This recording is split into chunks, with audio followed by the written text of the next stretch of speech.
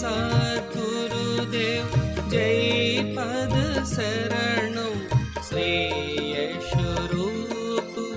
चरणं शरणं जय सद्गुरुदेव जय पद शरणं श्रेयस्वरूप चरणं शरणं जय सद्गुरुदेव जय पद शरणं श्रेयस्वरूप चरणं शरणं जय सद्गुरुदेव जय पद शरणं श्रेयस्वरूप चरणं शरणं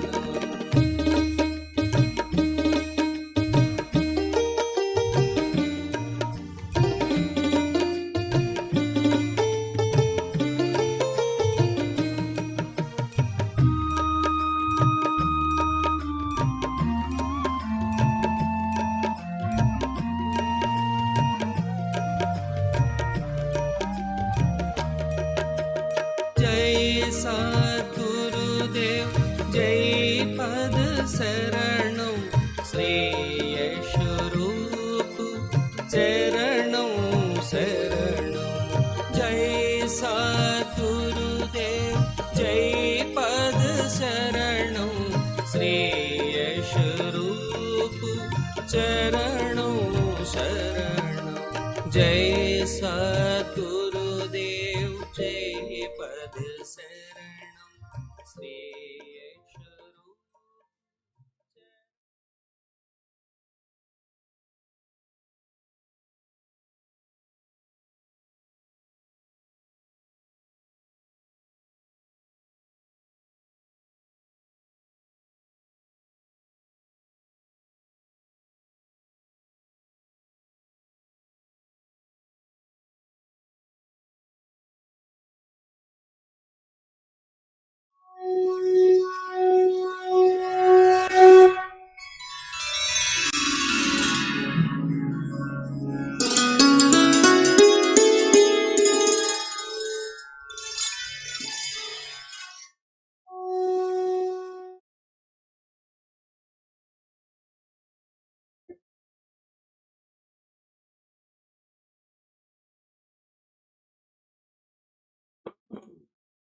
वो जी माता और बंधुओं, अभी एक भजन और भजन के साथ साथ सभी भाई बहन अपने अपने इष्ट का ध्यान करेंगे जिसको मानते हैं। वैसे तो ज्यादातर लोग हमारे सेंटर्स पर जाते होंगे, हाथ उठाएं जो सत्संग अटेंड करते हैं। जो सत्संग अटेंड करते हैं वो हाथ उठाएं। नए भाई कितने वो हाथ उठाएं जो पहली बार अटेंड कर रहे हैं। बहुत सुंदर।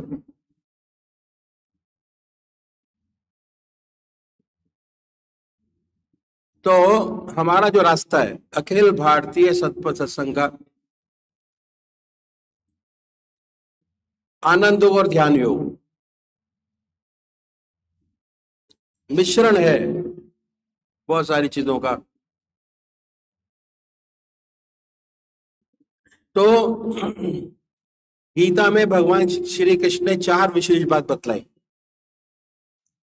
पहली आहार की शुद्धि, दूसरी विहार की शुद्धि, तीसरा अभ्यास,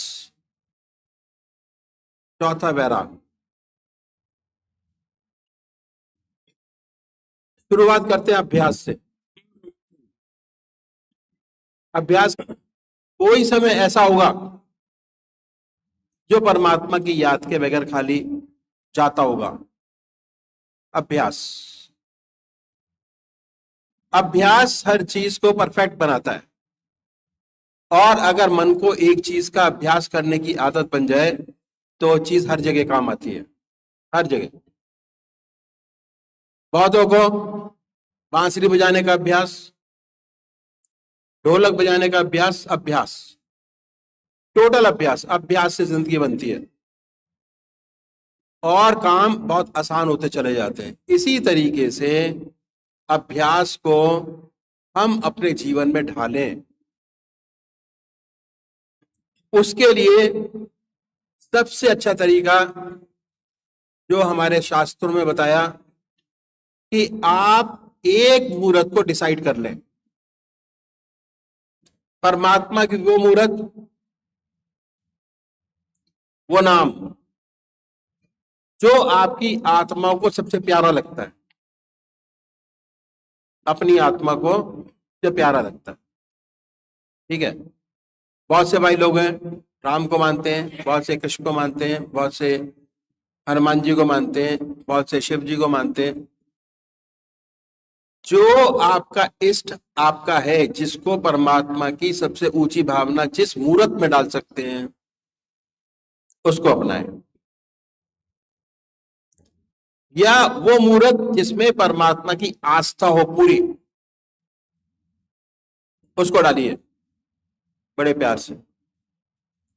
दोनों चीजें हो गई। वो मुहूर्त जिसमें परमात्मा की सबसे ऊंची भावना डाल सकते हैं, उसको चुने बड़े प्यार से, चुनिए। और उनकी फोटो या उनकी जो मूर्त आपको सबसे ज्यादा अच्छी लगती है, वो अपने पूजा के स्थान पर लगा लीजिए।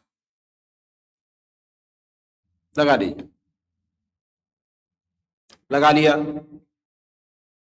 उसके बाद अब जब आपने डिसाइड कर लिया, तो ये मानिए कि वो पवित्र मुहूर्त जिसमें हमने परमात्मा की सबसे ऊंची भावना डाली हुई है, वो सह शरीर हमारे सामने विद्यमान है। अब मुहूर्त सूरत में नहीं है, सह शरीर।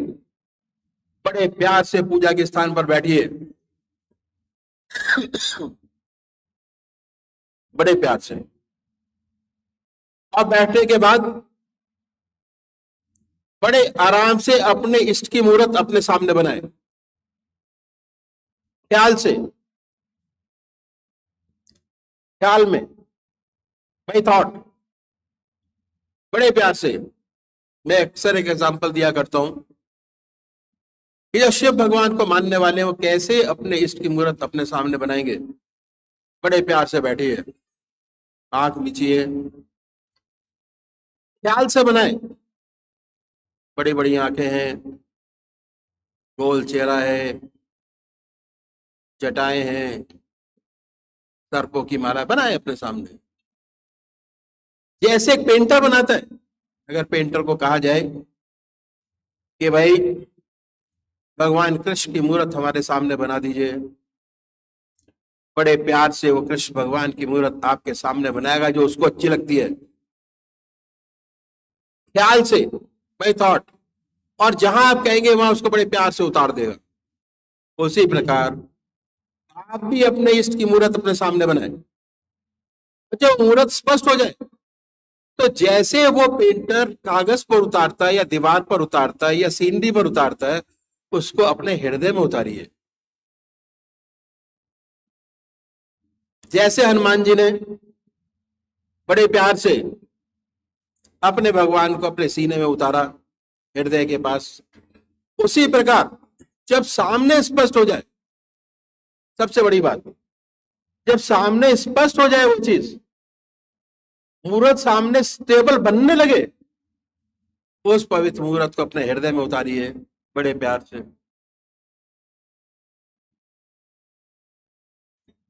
दिल की हर धड़कन पर, दिल धड़कता है, शुरू शुरू में सुनाई नहीं देता कि दिल धड़क रहा है।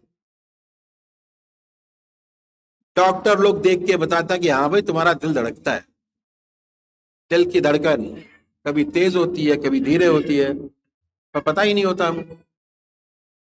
उस दिल की धड़कन में जो मंत्र आपका है, उसको उच्चारित होते सुनने की कोशिश करिए कि वो हृदय से निकल रहा है, हृदय में मूर्त, और उसके साथ साथ जो मंत्र आपका है वो हृदय की धड़कन से निकल रहा है और पूरे शरीर में वाइब्रेट होता है।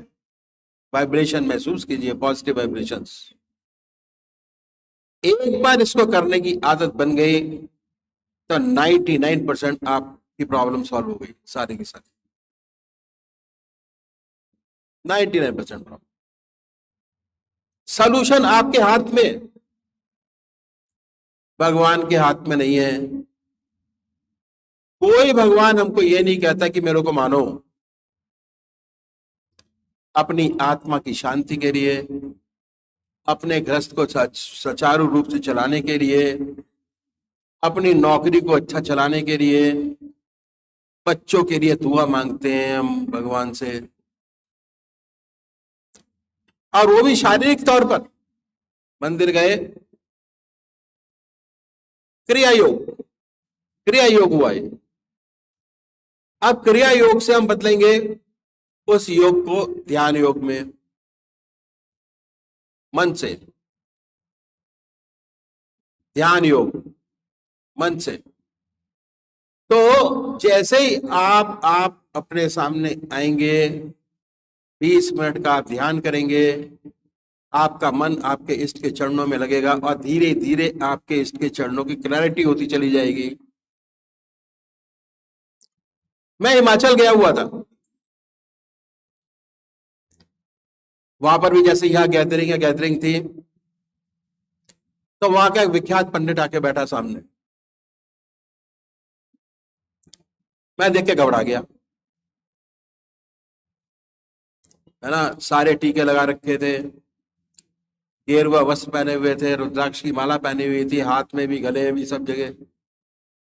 मैंने कहा भाई आज तो मुश्किल हो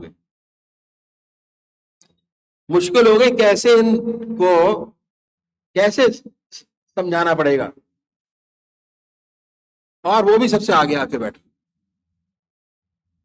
उसने आसन लगाया, उसका क्या कहते हैं, हिरण की छाल का, आराम से बैठे, कमंडल हाथ में लिया हुआ था, आके बैठ गए सामने।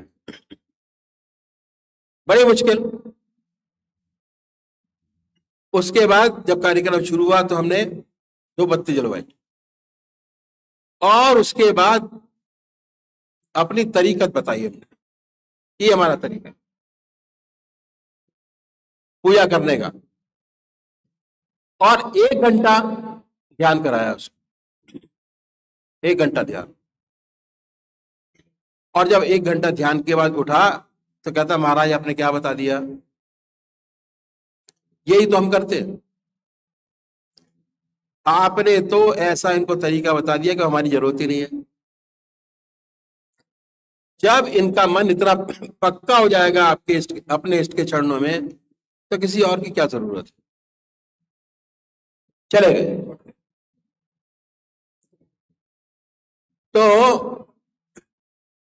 ये बहुत जरूरी है साकार पुजारियों के लिए, जो परमात्मा को मूर्ति में मानते हैं। और जो नहीं मानते, कहते हैं कि परमात्मा सब व्यापक है, मूर्ति में क्यों बांधा जाए, हर जगह है। उसके लिए, उनके लिए भी रास्ता होता है कि जो नाम आपकी आत्मा को सबसे प्यारा लगता है, जो नाम आपकी आत्मा को सबसे प्यारा लगता है, उसको चुने। बड़े प्यार से बैठिए। ये आनंदमयी अवस्था बनाने की जरूरत है, आनंद लेने की जरूरत है। जैसे जैसे आपको आनंद लेने की आवश्यकता पड़ेगी, आनंद। बहुत से भाई लोग आइसक्रीम खा के आनंद लेते हैं, बहुत से कचौड़ी खा के आनंद लेते हैं। आनंद आता कहां से? बाहर से नहीं आता। कचौड़ी में आनंद नहीं है भाई, लड्डू में आनंद नहीं है। हिमाचल के एक प्रोग्राम में गए, बहुत सारे स्टूडेंट थे, तो मैंने भाई आपके लिए बहुत अच्छी चीज बनवा के रखी है। पूछा भैया जी क्या? मैंने कहा आज हमने आपके लिए लड्डू बनवा के रखे। परसे गए लड्डू, 2 रखे गए पहले, बड़े आनंद से बच्चों ने उसका पान किया। 2 फिर रखे गए, फिर खाए उन्होंने। तीसरी बार 2 और दिए गए, 50% लोगों ने मना कर दिया कि भैया जी इसके अलावा और भी कोई चीज है। मैं कहा तो आनंद मिल रहा आपको नहीं? कहते मिलना था, मिल गया, अब आनंद नहीं है लड्डू के अंदर। तो आनंद लड्डू में नहीं है, आनंद गाड़ी में नहीं है, आनंद किस चीज के अंदर है? आनंद पैसे में नहीं है, आनंद मन के अंदर है। ये तो चीजें यूज करने की है, आनंद की नहीं है। ये तो चीजें टू बी यूटिलाइज्ड। आनंद मन के अंदर जब होगा जब आप प्रभु के चरणों से लगेंगे पूरी तरीके से, आनंद। और उसकी याद में जो आनंद है वो कहीं नहीं है। उसकी याद में, और वो आपको एक्टिवेट करना है कि आप प्रभु के के नाम में आनंद कर सकते हैं या और कोई चीज खा के आनंद ले सकते हैं। सबसे बढ़िया आनंद उसके नाम के अंदर, उसको एक्टिवेट करिए और एक्टिवेट करके 24 घंटे उसी के आनंद में रहिए। बाकी सारे आनंद क्षणिक है। लड्डू का आनंद क्षणिक है। जितने भी भोग विलास के चीजें हैं सब क्षणिक हैं। अगर चिर युक्त आनंद आपको प्राप्त कर तो ध्यान योग से अच्छा रास्ता। कबूल कर लो मेरी और एंड तक काम आता है। कबूल कैसे एंड तक काम आता है मैं आपको बताऊं। हम एक नाम को लेके बार बार उसको याद करते हैं, राम राम। आधा घंटा मन से हमने राम राम किया, आधा घंटा शाम को हमने राम राम किया, तो क्या होता है? प्रोसेस क्या है आप ये देखिए। प्रोसेस ये कि आधा घंटा अगर आपने राम नाम लिया, एक नाम को अनेक नाम लेंगे तो फायदा नहीं होगा किसी भी हालत में। आज आप राम जी की पूजा करें, कल कृष्ण जी की करें, परसों गोवर्धन महाराज की करें, कोई फायदा नहीं। एक नाम को पकड़े। जितने हमारे संत हुए, चाहे गुरु नानक देव, संत कबीर, तुलसीदास, ज्ञानदेव, नामदेव, सब गांव के थे और सब एक इष्ट के पुजारी थे। एक इष्ट एक नाम, एक इष्ट एक नाम। फायदा क्या होगा? एक नाम को ठोका आपने आधा घंटा, राम राम। जो हम कर रहे हैं उसका अल्टीमेट इफेक्ट क्या है? वो हमारे मस्तिष्क पर जाके स्ट्राइक करती है। राम स्ट्राइक किया दिमाग के अंदर, राम स्ट्राइक किया। जिंदगी की सारी चीजें हमको याद नहीं है आज तक।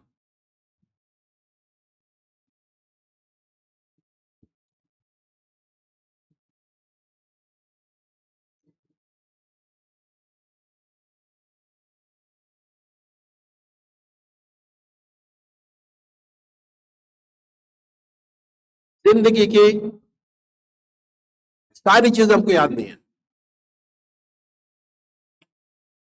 जितना तगड़ा मन के ऊपर प्रेशर, उतनी ज्यादा याद।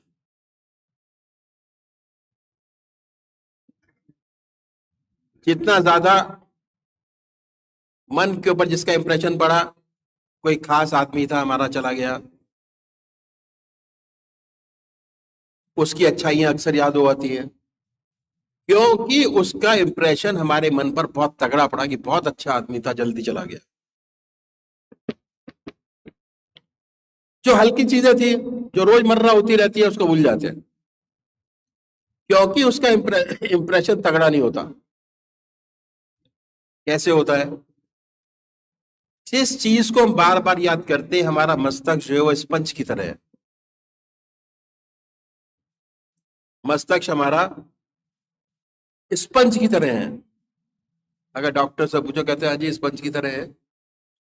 बड़े सारे सेक्शन है इसके अंदर, दिमाग के अंदर, और जो भी बीमारी, हारी, चोट जो भी महसूस होती है, एक पर्टिकुलर सेक्शन पर जाके वो अटैक करता है, जिससे हमको चीजें मालूम होनी शुरू हो जाती है। ऐसे बहुत से ट्रीटमेंट आ गए हैं, अगर उस ग्लैंड को अलग कर दिया जाए तो दर्द महसूस ही नहीं होता, और डॉक्टर लोग करते हैं इस चीज को। अब क्या है कि हमारा मस्तिष्क स्पंज की तरह है। हमने राम ठोका, इंप्रेशन बना, फिर राम ठोका, फिर इंप्रेशन बना। जैसे एक गंगा जी की रेत के ऊपर आपने हाथ रखा, बड़े प्यार से वो हाथ का इंप्रेशन आपके पास बन गया। जितनी बार ठोकेंगे उतना इंप्रेशन गहरा होता चला जाएगा। ऐसे ही हमारे मस्तिष्क पर इंप्रेशन गहरा होता चला जाता है, और एक स्थिति ऐसी आती है कि हमें दुनिया की कोई चीज याद नहीं रहती, सिर्फ वही चीज याद रहती है जिसका इंप्रेशन बहुत डीप हमारे मन के अंदर बना हुआ है, सर के ऊपर। वही एंड टाइम पे फेयर अप होती है, और बड़े आराम से, बड़े आनंद से हम अपना अंत करते हैं। अंत हमारा, ये जो कमाई कर रहे हैं, ये अपने अंत समय को सुधारने के लिए करते हैं कि प्रभु जैसे हमको जन्म मिला वैसे ही हमारा अंत होना चाहिए। और परमात्मा ने कितना सुंदर हमको तरीका बताया दिया। जन्म, जब जन्मते हैं मां की गोद होती है, सारी जिंदगी अपने पेरेंट्स की छाया में रहते हैं, और जब जाते हैं तो बच्चों की गोद होती है। ऐसी कोई योनि हमारे पास नहीं है जिसमें इतनी परमात्मा ने सुविधा दी हो, सोचने की शक्ति दी हो, कर्म करने का अधिकार दिया। ये हमारे ऊपर है। 100 साल की उम्र हमारे पास है, बना ले या बिगाड़ दे, दोनों चीजें हमारे हाथ में है। तो ये हुआ साकार पुजारी कैसे पूजा करेंगे, वो तरीका मैंने आपको बताया। निराकार कैसे पूजा करेंगे, वो भी तरीका मैंने आपके सामने रखा। उसके बाद बड़े आराम से ये देखिए कि हमारे पास कौन सा समय ऐसा है जो खाली है।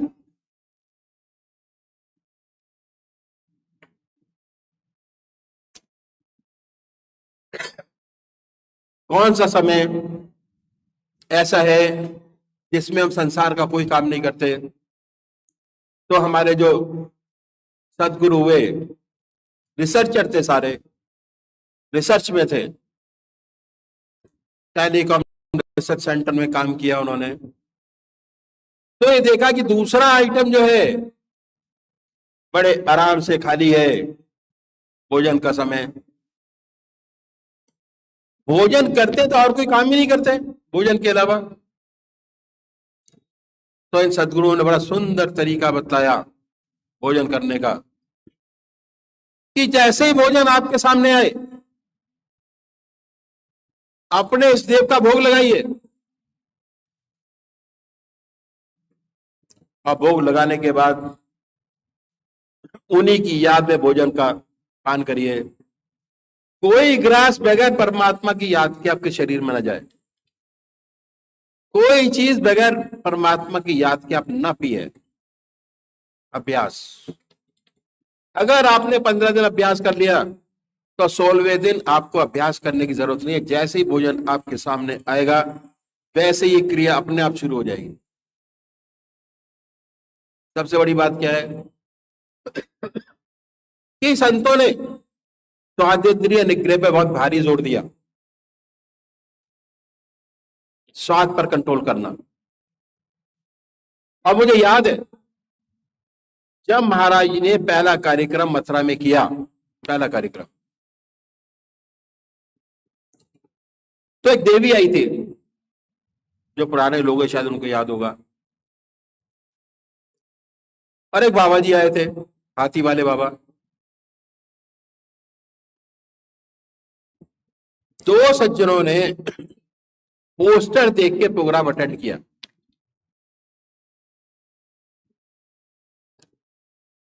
और जो देवी थी उसकी हालत ये थी कि उसने पता नहीं कितने सालों से अन्न ग्रहण नहीं किया था।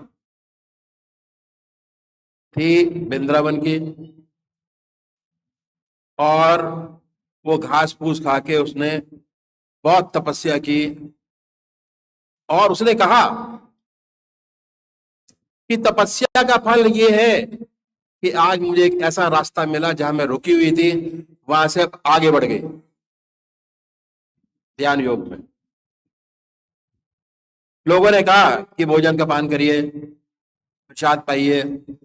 उसने कहा नहीं, मैंने आज ऐसा प्रसाद पाया है जो मैं जिंदगी में कभी भूल नहीं सकती। ये वो रास्ता है। बहुत से साधु संत आते, जैन मुनि पूना के अंदर जब कमरा खोला तो हमारी सारी किताबें पड़ी हुई थी उनके अंदर, कमरे के अंदर।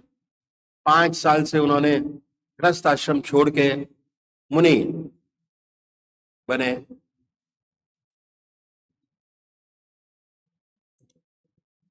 और उसके बाद मैंने उनसे कहा कि आप हमारे कार्यक्रम में आइए।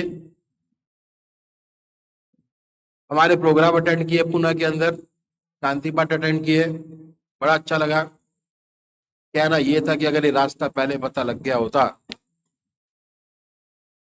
तो इस रास्ते को अपनाता।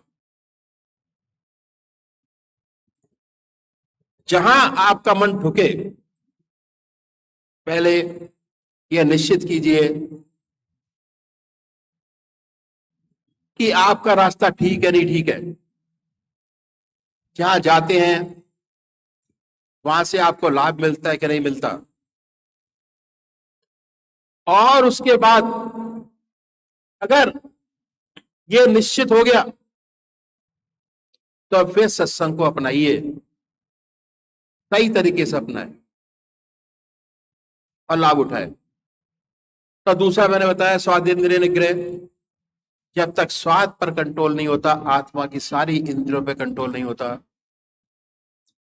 स्वाद पर कंट्रोल करने का हमारे महाराजों ने जो बड़ा सुंदर तरीका बताया कि जितनी आपको जरूरत है उतनी अपनी प्लेट में रखिए, परमात्मा को याद कीजिए। अगर उसको याद करते करते भोजन का पान करेंगे तो आपको पता ही नहीं होगा कि आप क्या स्वाद खा रहे हैं। स्वादेंद्रिय निग्रह ऑटोमेटिक होगा। जब आप परमात्मा की याद में भोजन कर रहे हैं तो आधा घंटा दोपहर भोजन का, आधा घंटा रात्रि भोजन का समय ऑटोमेटिक परमात्मा की याद में निकलना शुरू हो जाएगा। अब आपके पूजा के 2 घंटे हो गए। आधा घंटा सुबह पूजन, आधा घंटा सायकाल पूजन, आधा घंटा दोपहर भोजन, आधा घंटा रात्रि भोजन। 2 घंटे का ध्यान क्यों। और काम का आपका एक भी समय ऐसा नहीं लिया गया जिसमें आपके काम का नुकसान हो। आगे बढ़िए। हर मनुष्य सोता है और सोने में 6 घंटे 8 घंटे सब लगाते हैं। अगर सोने से पहले 20 मिनट परमात्मा को दे दें तो विहार की शुद्धि हो जाएगी। विहार की शुद्ध, भारी जोर दिया इन संतों ने। विहार शैया योगक्षेम का क्षेत्र है जहां पर साधक को सबसे अच्छी प्रगति मिलती है। कम समय, ज्यादा परमात्मा की याद। सोने से पहले 2 काम करने बहुत आवश्यक है। पहला आत्मनिरीक्षण। सोचिए कि दिन में कौन से काम अच्छे हुए और कौन से खराब हुए। अच्छे काम अपने देव के अर्पण कर दीजिए कि हे प्रभु, आपने कराया, हो गया, नेकी कर कुएं में डाल। फिर मत सोचिए कि क्या अच्छा हुआ क्या बुरा हुआ। उसके बाद ये देखिए कि हमारे अंदर कौन कौन सी कमियां हैं। बहुत जरूरी है। उसमें से छोटी सी कमी जो आराम से छोड़ी जा सकती है उसको पकड़िए। परमात्मा से वादा कीजिए कि आज के बाद ये खोटा खरा काम नहीं करूंगा। किसी के पास जाने की जरूरत नहीं पूछने के लिए, अपनी आत्मा से पूछिए। आपकी आत्मा आपका सबसे बड़ा गाइड है, क्योंकि घर के अंदर वो काम आप करते हैं जो आपकी आत्मा को अच्छा लगता है। इसमें भी उसी की इंपॉर्टेंस दीजिए। जब आपको ये लगे कि ये छोटी सी चीज है, बड़ी आराम से छोड़ी जा सकती है, बड़े आराम से उसको याद कीजिए, अपने इष्ट देव को याद कीजिए, उनको समर्पित कीजिए, छोड़ दीजिए, मत करिए, भूल जाइए। करना नहीं, जिस बात का भगवान से वादा करें उसको अवश्य पूरा करें। फायदा क्या है कि जितने हमारे विचार हैं जिंदगी भर के, वो 2000 2500 से ज्यादा किसी के मन के अंदर विचार नहीं आते। जब एक एक चीज को छोड़ते चले जाएंगे, उससे रिलेटेड जितने भी विचार होंगे जो रिपीटेडली आते हैं, आने कम हो जाएंगे, बल्कि बंद हो जाएंगे। यहां विचारों में कमी होगी, दूसरी साइड पूजा में जब आप बैठेंगे तो ऑटोमेटिक विचार कम होने से परमात्मा की याद ज्यादा आएगी, मन ज्यादा अच्छा लगेगा। पहली चीज। दूसरी, जिंदगी में जो खेल हमारा है वो विल पावर का है। बहुत से भाई लोग हैं, उनकी विल पावर होती नहीं, ये लगता है ये भी कर ले, वो भी कर ले, ये भी कर ले, वो भी कर ले, ना ये होता है, ना वो होता है, ना वो होता है, ना वो होता, कुछ नहीं होता, कंफ्यूज्ड। जब ये क्रिया शुरू कर देंगे, विल पावर आपकी इतनी स्ट्रांग हो जाएगी कि जिस चीज को पकड़ेंगे वो ऑटोमेटिक आपका पूरा होता चला जाएगा, और विल पावर बड़ी स्ट्रांग होके निकलेगी। दो फायदे, एक तो जीवन बड़ा स्ट्रांग हो जाएगा इष्ट के चरणों में जाने से, और दूसरा जो डिसीजन लेंगे उसमें कभी ना हार होगी ना फेल होगा डिसीजन, क्योंकि शांत मन से बैठकर हम उस काम को कर रहे हैं। उसके बाद अपने इष्ट देव को याद करिए, अपनी चारपाई पर बैठकर, और जब डीप याद हो जाए, ध्यान मतलब परमात्मा की गहरी याद, जब याद घर के सारे काम खत्म हो जाए, बिजनेस के सारे काम खत्म हो जाए, लेखा जोखा सब आपका पूरा हो जाए, बड़े प्यार से अपनी चारपाई पे बैठिए, आत्मनिरीक्षण कीजिए, उसके बाद परमात्मा का नाम लीजिए और उसी की याद में सो जाइए।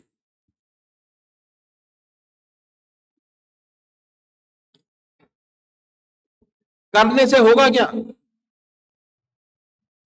कि जो काम प्लान करके अगले दिन करेंगे बड़ी सुगमता से पूरा होगा, माइंड फ्रेश होगा, सुबह उठेंगे शरीर भी फ्रेश, माइंड भी फ्रेश, दोनों चीजें फ्रेश फ्रेश साफ। ये तो होगा ही, विल पावर स्ट्रांग होगी, और जिंदगी के अंदर जो खेल है विल पावर का है। कमजोर इष्ट जिसका है उसकी विल पावर बड़ी, जो आदमी कमजोर विल पावर का है उसका जो परमात्मा है वो भी कमजोर होता है। जो आदमी की विल पावर स्ट्रांग होती है उसका इष्ट भी बहुत स्ट्रांग होता है, उसके सारे काम बड़े आराम से सुगमता से पूरे होते चले जाते हैं। 6 घंटे दुनियावी हैं हम लोग, घर में कोई परेशानियां पड़े, सोने से पहले उस मुसीबत की चिंता होती है, रात भर उन्हीं चिंता में पड़े रहते हैं, सुबह उठते वो चिंता और गहराई होती है, नींद ही नहीं आती रात को। और अगर 15 दिन ऐसा हाल हो गया तो 16वें दिन या तो दिमाग तेज चलने लगता है या दिमाग डिप्रेशन में चला जाता है। लोग कहते हैं डॉक्टर के पास जाओ, दवाई ले आओ, डॉक्टर एक चुटकी दे देता है कि इसके खाओगे तो डिप्रेशन दूर होगा, और एक बार अगर दवाई की आदत पड़ गई तो सारी जिंदगी दवाई छूटती नहीं है। एक डॉक्टर, उसकी मिसेस को 20-20, 25-25 गोलियां खाने के बाद भी नींद नहीं आती थी। मेरे पास एक डॉक्टर आया था, यंग डॉक्टर, काला चेहरा, सत्संगी भाई का लड़का। कहता भैया जी मेरे को नींद नहीं आती, दारू मैं पीता हूँ, 25 गोलियां खाता हूँ, उसके बाद भी नींद नहीं आती। उसको मैंने 1.5 साल अपने पास रखा। 1.5 साल में उसका MBBS पूरा हुआ, उसका MD पूरा हुआ और सब चीजें भूल गया। बड़े आराम से सोता। तो सोने के लिए इससे बढ़िया और कोई तरीका नहीं है। जैसी आप परमात्मा की याद में सोएंगे, परमात्मा को साथ रख के सोएंगे, बड़े प्यार से सुंदर सुंदर सपने आएंगे। ऐसे ऐसे सपने देंगे, देखेंगे जिसकी आपको जरूरत है। बेकार की चीजों की जरूरत होती है, नहीं होती, वो आपके सामने आएगी नहीं। डरावने सपने खत्म हो जाएंगे। रात को डर जाते हैं, कोई मतलब नहीं। बहुत से केसेस आते हैं ऐसे। पर समय के साथ साथ सारी चीजें सॉल्व होती चली जाती हैं। अगर आप सत्संग में रेगुलर आ रहे हैं, आते हैं और सत्संग को मानते हैं, सिस्टम को जानते हैं, और अगर सिस्टम को जानते हैं तो नाम दान लेना बहुत जरूरी है। दूसरी बात, जिससे भटकाव पैदा ना हो। मन बहुत भटकाता है। एक बार जब स्थिर हो जाए कि हाँ इससे बढ़िया कोई रास्ता नहीं हमारे लिए, टेक नामदान, टेक मेंबरशिप और सत्संग को रेगुलर अटेंड करेंगे तो 100 साल का समय आपके पास है। किसी के पास 40 साल का है, किसी के पास 20 साल का है, किसी के पास 10 साल का है। रेगुलर जाते होंगे, आप अपने लक्ष्य को प्राप्त कर पाएंगे। ठीक है, तो अभी ये भजन होगा और भजन के साथ साथ सभी भाई बहन अपने अपने इष्ट का ध्यान करें।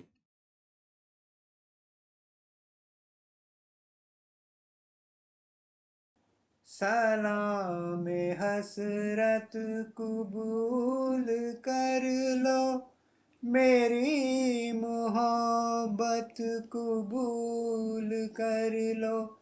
सलाम हसरत कबूल कर लो, मेरी मोहब्बत कबूल कर लो। सलाम हसरत। उदास नजरें तड़प तड़प कर तुम्हारे जलवों को ढूंढती हैं, जो ख्वाब की तरह खो गए उन हसीन लम्हों को ढूंढती हैं। अगर न हो नागवार तुमको तो ये शिकायत कबूल कर लो। सलाम हसरत। तुम ही निगाहों की जुस्तजू हो, तुम ही ख्यालों का मुद्दा हो, तुम ही मेरे वास्ते सनम हो, तुम ही मेरे वास्ते खुदा हो। मेरी परस्ती की लाज रख लो, मेरी परस्ती की लाज रख लो, मेरी मोहब्बत कबूल कर लो। सलाम हसरत। तुम्हारे आगे ये ताज शाही के लालो मनोहर तो कुछ नहीं है, मैं तुमको क्यों मांग लूं न तुमसे, कि तुमसे बढ़कर तो कुछ नहीं है।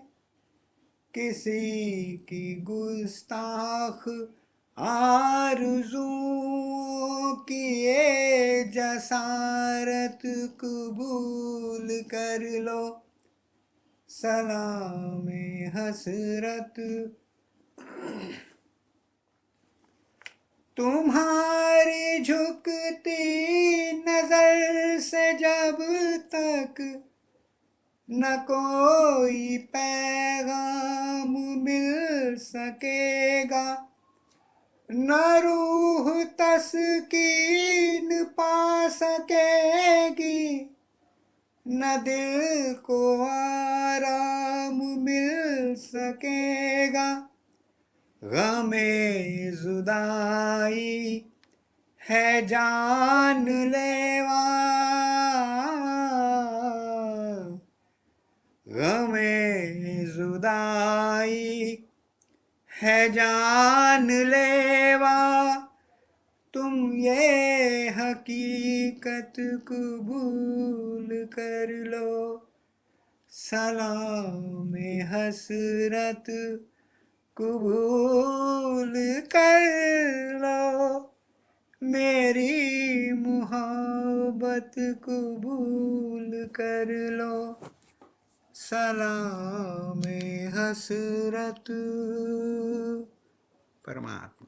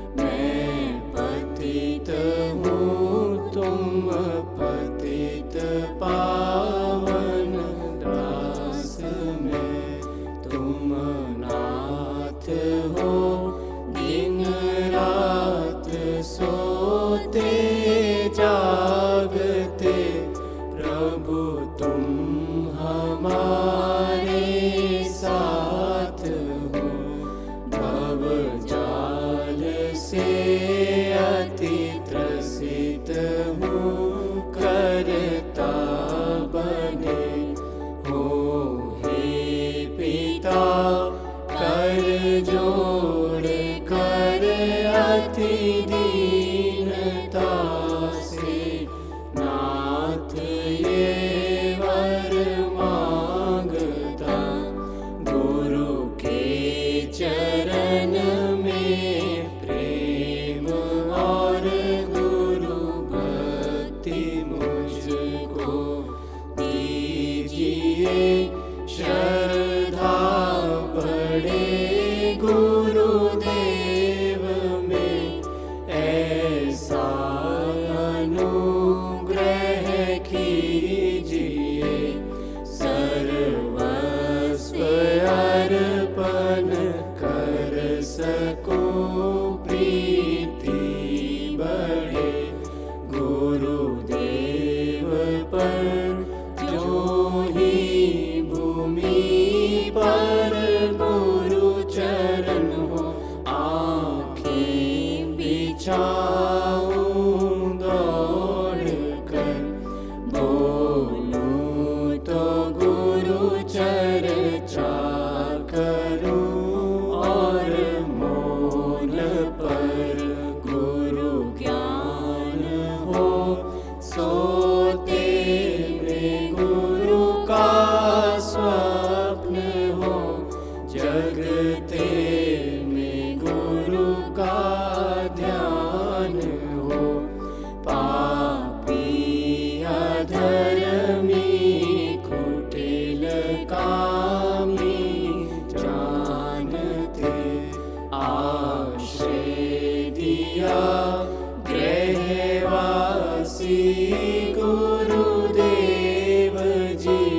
निज दास मुझको कर लिया, अंतिम विनय है आपसे पूरन गुरु, पूरन पिता। तब चरण पर हो शीश, जिस दिन प्राण हो तन से जुदा। हे दीना बंधु दयालु भगवन, दुख भय संशय हरन, जग मोह जाल कराल है। आया प्रभु तेरी